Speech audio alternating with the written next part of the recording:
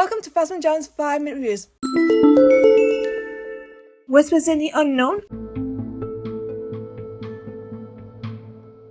Whispers in the Unknown steps it up as it explores Devon Izara being manipulated by Mo, and it's an interesting thought as the manipulation is slow burn, the opposite of Osha by Camille, aka the stranger from the occult, but both having the same effect and strongly executed.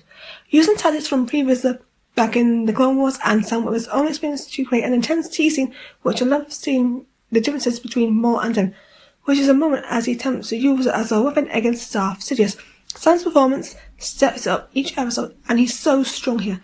His anger and gentleness is so infectious. I like the fact he lays tribute to Meltazan and Savage, as that shows he cares for people, and his anger at Palpatine really shows what Maul wants to do, avenge the people who have betrayed and wronged him. Maul going Devon is important as we start to see dark signs in Devon when she's faced with danger and uncertainness.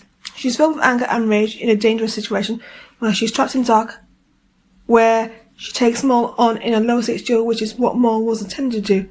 He cares for her in a way because he sees something in her and desperately needs her for his own gains. Gideon Allen's performance is so good as she's stepping into another level, and Devon is starting to stand out, which is important to notice. From what she experienced in the first 2 episodes, she starts to let all out and discover what she wants, and that's what's going to help her out going forward. I love that we see Roy Lawson in action as he plays Vulcan, and his father, Bran Lawson, shows up for a bit whilst 2 Bits does his duties in his place.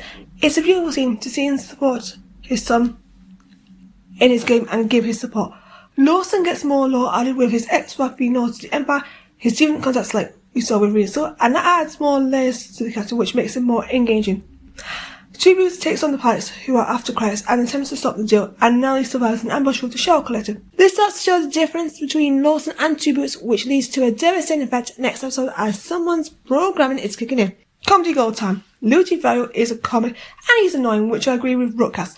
I love that Maul has continued to use him to get out the fights, and his conversation with Mark Robson sets up the bigger counter. Vanessa Martian never misses as Rook in this show. She's iconic and she has something that allows her to stand out and be villainous, which is something female villains have been lacking back in 2025. A cameo from Eeko Daki on the Hunt for His Power and discovers a potential alliance or allyship with Lawson, but keep an eye out on Eeko as Des Haber is on the cusp of joining Mandip Gill like Gideon, and Mandip did a great job with her slow burn. The Pakistans are a big threat to Maul, but luckily Rook and Co are able to help take them down, and this leads to the 2 Boots crisis. W. Collins is still on the show as Spybot. He is iconic and very mean, but that's why we love him. Sorry Spybot, that line he says to Vario is comedy gold in my honest opinion. A step in the right direction and the strongest episode at the time of broadcast, and Matt Mitchell's Rad Raw and the kindness never miss.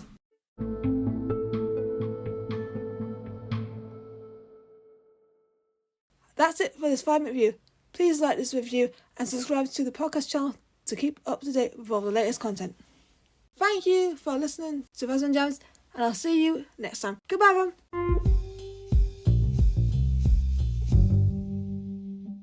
Thank you for listening to the podcast. Subscribe to Fasman Jams and stay tuned for more podcasts. See ya!